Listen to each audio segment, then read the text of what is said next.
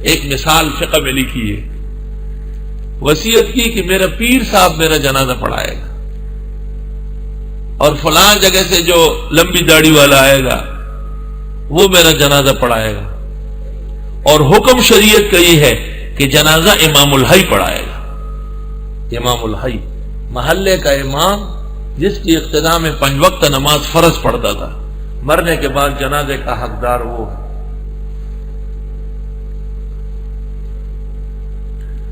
محترم مکرم ہمارے دوست مولانا مفتاح اللہ صاحب کے محلے میں کوئی جنازہ آیا، اور انہوں نے قاری صاحب سے کہا کہ اس نے وصیت کی تھی، اس لیے ان کے پیر صاحب آئے ہیں، فلاں جگہ سے وہ جنازہ پڑھائیں گے۔ قاری صاحب بہت اچھے عالم ہیں اور فن اور علم ان کو اچھا مستحضر ہے۔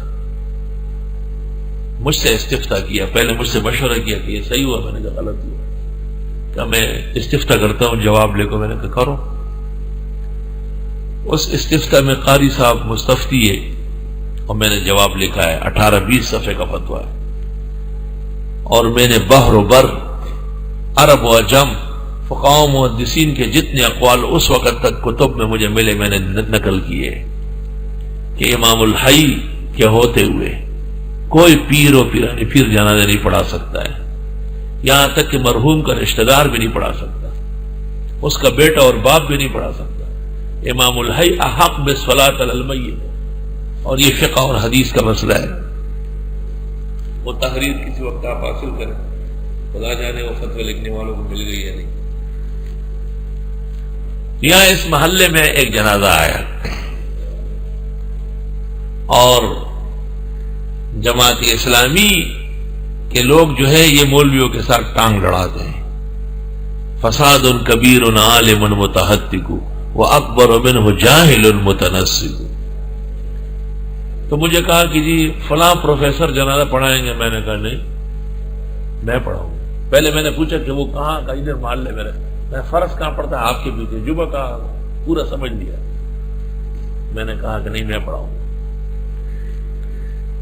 انہوں نے کہا نہیں وصیت کی ہے، میں نے کہا وصیت غلط ہے، میرے خلاف وصیت نہیں چل سکتی، وصیت کو ڈسمس کر کے دکھائیں گے۔ ہمارے دوست مزمل بھائی 2-4 مرتبہ سفارش میں آئے گئے، میں نے کہا بس ماننا نہیں ہے، وہ جنازہ میں نے پڑھانا ہے، کتاب میں یہ لکھا ہوا ہے، کتاب کے خلاف اپنے سامنے نہیں کرنے دوں گا۔ خیر ظہر کے بعد جنازہ تھا، ظہر سے پہلے انہوں نے مجھے کہلوایا کہ آپ کا ایک فتویٰ ہمیں مل گیا، اور اس فتوے کے مطابق پروفیسر صاحب پڑھا سکتے ہیں۔ میں نے کہا میرا کوئی فتویٰ دنیا میں ایسا جاری نہیں ہوا جس کے گرداب میں آ جاؤں، اور وہ فتویٰ اور اس کے ایک ایک سطر اور حرف مجھے یاد ہے اور سوچ سمجھ کر لکھا ہے۔ چلو لے آؤ دیکھا جائے۔ مقامی ساتھیوں نے مجھے کہا اینڈ ٹائم پر کہیں بے ادبی نہ ہو جائے، میں نے کہا بے ادبی تو وہ دین کی کر رہے ہیں اور میں نے سیدھا کرنا ہے، اور تم تماشا دیکھو اور حق کا بول بالا ہوگا۔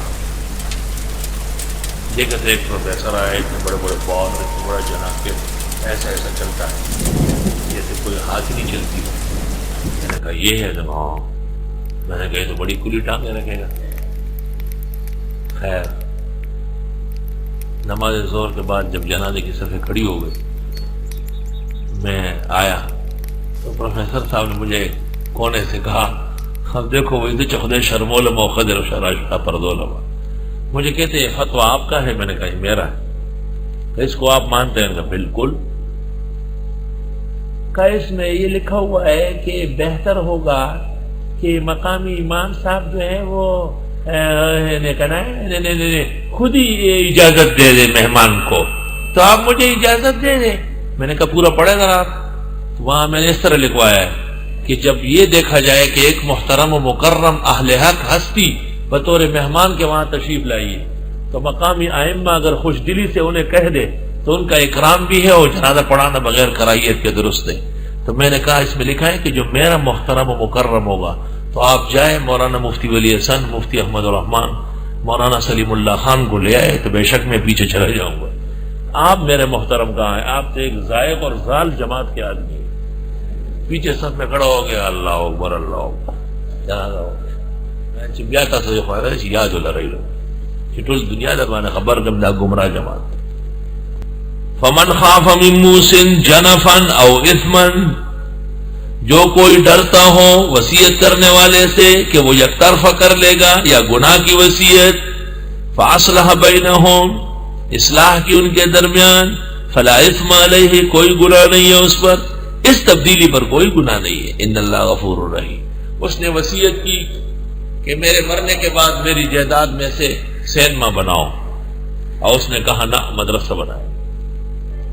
اس نے کہا درگاہ بناؤ، فلاں بابا کے مزار پر جو ہے نا اتنے کمرے بناؤ اور اتنے بکرے اور دیگ چڑھاؤ.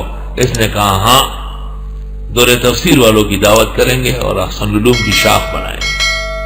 الحمدللہ یہ تبدیلی لا اسم علیہ، گناہ نہیں ہے. علماء فقہ نے اس سے استدلال کیا ہے. فتاوی شام میں بحوالہ بحر و نہر اور فتح القدیر میں ہے ان الوصیت بالباطل باطلۃ، غلط وصیت خلاف شرع ہے، نہیں چلے گی.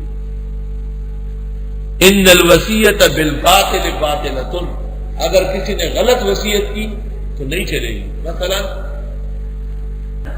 جو کوئی ڈرتا ہو وصیت کرنے والے کی طرف سے کہ وہ یک طرف وصیت کر لے گا یا گناہ کی وصیت، فاصلح بینہم، اصلاح کی ان کے درمیان، فلا اثم علیہ، کوئی گناہ نہیں ہے ایسے بدلنے والے پر.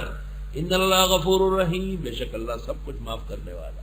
اس غریب نے تو اصلاح کی. دیکھو ایک مسئلہ وصیت کا آخری یاد رکھو، اگر کسی نے گناہ کی وصیت کی تو اس وصیت کو قائم رکھنا گناہ کا تسلسل ہے، اور اس وصیت کے خلاف کرنا اس مردے اور وصیت کرنے والے کو بھی گناہ سے چھڑانا ہے. تو تبدیل توصیہ اذا کانت باطلۃ، یہ ترحم اور احسان ہے موسی پر. احفظوا هذه المسألہ الفقیہ.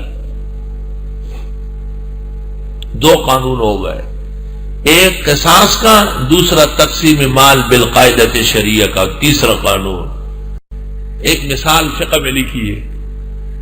وصیت کی کہ میرا پیر صاحب میرا جنازہ پڑھائے گا، اور فلاں جگہ سے جو لمبی داڑھی والا آئے گا وہ میرا جنازہ پڑھائے گا، اور حکم شریعت کا یہ ہے کہ جنازہ امام الحی پڑھائے گا. امام الحی محلے کا امام جس کی اقتداء میں 5 وقت نماز فرض پڑھتا تھا، مرنے کے بعد جنازے کا حقدار وہ ہے.